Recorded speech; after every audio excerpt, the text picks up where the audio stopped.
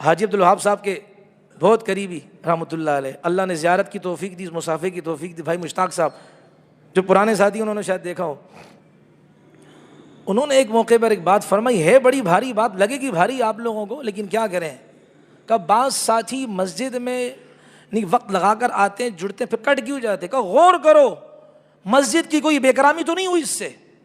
Gas cylinder کھول دیا ہوگا، اس کی اسمیل آئی ہوگی، یہ بدبودار چیز ہے مسجد میں۔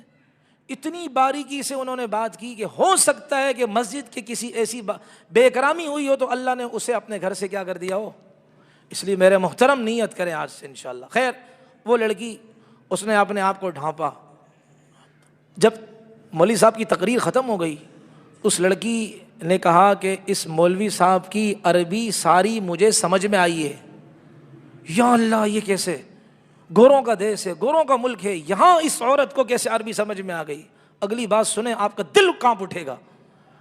کہا میں نبی علیہ السلام کی مدینے کی بچی ہوں، میں مدینے کی رہنے والی ہوں، میں حافظ قرآن ہوں، میرے سینے میں قرآن موجود ہے، یہ میرا شوہر ہے، یہ ڈرم بجاتا ہے، میں ناچتی ہوں، لباس مختصر کر کے لوگوں کو اپنی طرف متوجہ کرتی ہوں، اس سے وہ پیسے دیتے ہیں، ہم اپنی کمائی کرتے ہیں، لیکن آج سے میں نیت کرتی ہوں انشاءاللہ پیسے جائے بھاڑ میں، مجھے پیسوں کی ضرورت نہیں ہے، اب مجھے اپنی عزت کی ضرورت ہے، عزت کی چار دیواری کی ضرورت ہے، مجھے اللہ کے دین کے مطابق زندگی گزارنے کی ضرورت ہے۔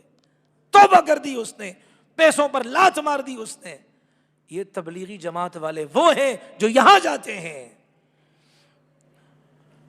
ایک جگہ تشکیل ہوئی جماعت کی، افریقہ کا کوئی ملک تھا، وہ جماعت والے بیمار ہو گئے، اب وہ اس ہاسپٹل میں تھے، نرس آتی یہ نگاہیں نیچے کر دیتا، تو وہ کہتی کہ بھائی یہ آدمی کیا ہے، جب میں آتی ہوں یہ نگاہیں نیچے کرتا ہی کیا، وجہ کیا ہے؟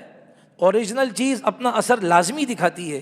اس نے کہا ہمیں اللہ نے فرمایا نگاہیں نیچے کرو، اجنبی عورتوں کو مت دیکھو، اپنی نگاہوں کو نیچے کرو۔ وہ اتنا متاثر ہوئی کہ کیسا پیارا اور پاکیزہ مذہب ہے تمہارا، اور یہ ہم نے صحابہ سے سیکھا، یہ ہم نے رسول اللہ سے سیکھا، یہ ہے وہ جماعت۔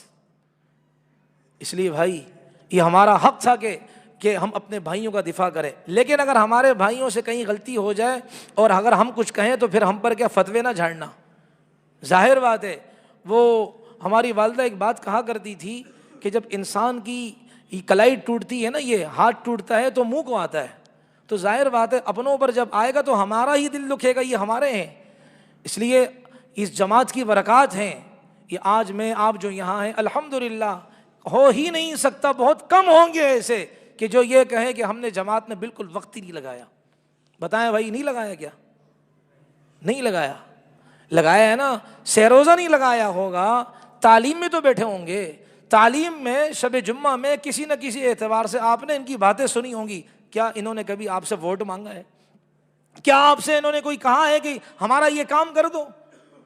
ہمارے بڑوں کا یہ طریقہ نہیں ہے، ہم چھوٹے اگر کرتے ہیں تو وہ ہماری غلطی ہے، وہ ہمیں کہو، اس کام کو نہ کہو، ورنہ کل کو تو کوئی کہے گا فلاں مسلمان کو دیکھا تھا وہ کیا شراب پی رہا تھا، اسلام ایسے۔ بھائی مسلمان کی غلطی سے اسلام کو کیوں کہہ رہے ہو؟ اگر کسی سے غلطی ہوگی تبلیغی جماعت کو کیوں کہہ رہے ہو؟ بڑے بڑے عربوں کو ہم نے دیکھا، حاجی صاحب کو کہیں دیکھتے تھے رائونڈ کے اندر چومتے تھے، خدا کی قسم کہتے تھے یہ قلندر مرد قلندر ہے۔ مولانا احسان صاحب کو تو خود میں نے دیکھا، اللہ ان کو درازی عمر عطا فرمائے، اللہ ان کو صحت نصیب فرمائے، خود میں نے دیکھا رائونڈ میں کہ باقاعدہ وہ عرب مولانا احسان صاحب کے پاؤں پر بیٹھتے تھے، پاؤں کے قریب، اور ان کے جسم کو ہاتھ لگا کر چومتے تھے، اور یہ کہتے کہ جی یہ جماعت والے وہ ہیں کہ جو قبر پرست ہیں۔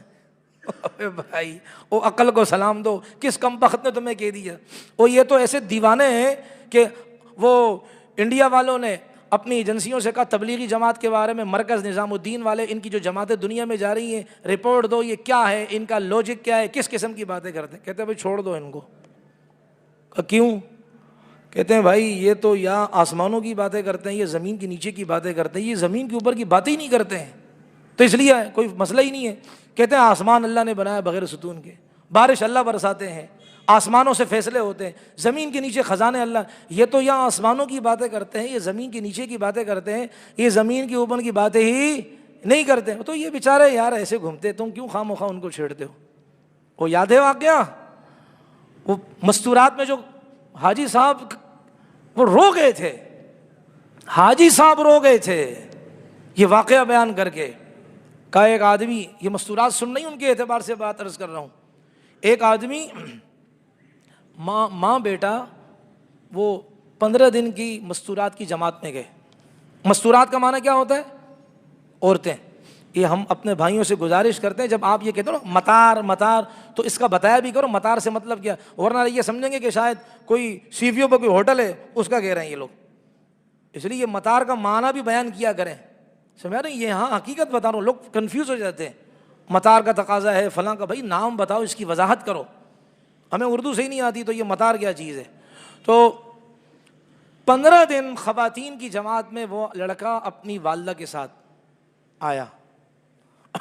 اب علاقے میں تشکیل ہوئی تو اس خاتون نے، اس یعنی کہ لڑکی کی جو والدہ تھی، ایک خاتون کو دعوت دی، اور جس کو دعوت دی وہ زیورات سے سجی دجی ہوئی تھی.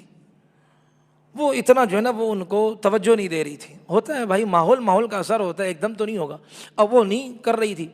آخر میں اس عورت نے مجبور ہو کر یہ بتایا، اس لیے تاکہ اس میں احساس پیدا ہو کہ ہم کتنی مشقتوں سے یہاں آئے ہیں آپ لوگوں کے پاس. تو اس عورت نے اس کو کہا، میری بہن تمہیں پتہ ہے ہم کیسے نکلے 15 دن کے لیے؟ کہا میں اور میرے بیٹے نے 2 وقت کے کھانے کے بجائے 1 وقت کا کھانا کر دیا. 1 وقت کا جو کھانا، اس کے جو پیسے تھے ہم نے اس کو جمع کرنا شروع کیے. جمع کرنا کیوں؟ مستورات کی جماعت میں جائیں گے. جمع کرنا شروع کیے. 1.5 سال لگا ہمیں پیسے جمع کرتے کرتے، اس لیے کہ اتنی انکم نہیں ہوگی. 1.5 سال لگا ہمیں پیسے جمع کرتے کرتے. 1.5 سال بعد ہم نے جب پیسے شمار کیے تو اتنے پیسے بن گئے کہ اب میں اور میرا بیٹا ہم دونوں اللہ کے راستے میں 15 دن کے لیے جا سکتے ہیں. 1.5 سال کا دورانیہ تھا، اور ہم اتنی محنت کر کے آپ کے پاس آئے ہیں اور آپ ہماری بات نہیں سنتے. حاجی صاحب یہ کہتے ہوئے ہو گئے.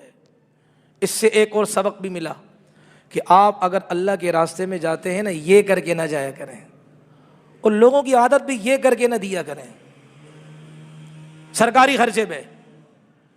ہاں جی کتنے 3 ساتھی میری طرف سے. ابے بھائی 3 ساتھی تمہاری طرف سے چلے گئے، اگلی دفعہ وہ تمہارے للچائی ہوئی نگاہ سے تمہیں دیکھے گا.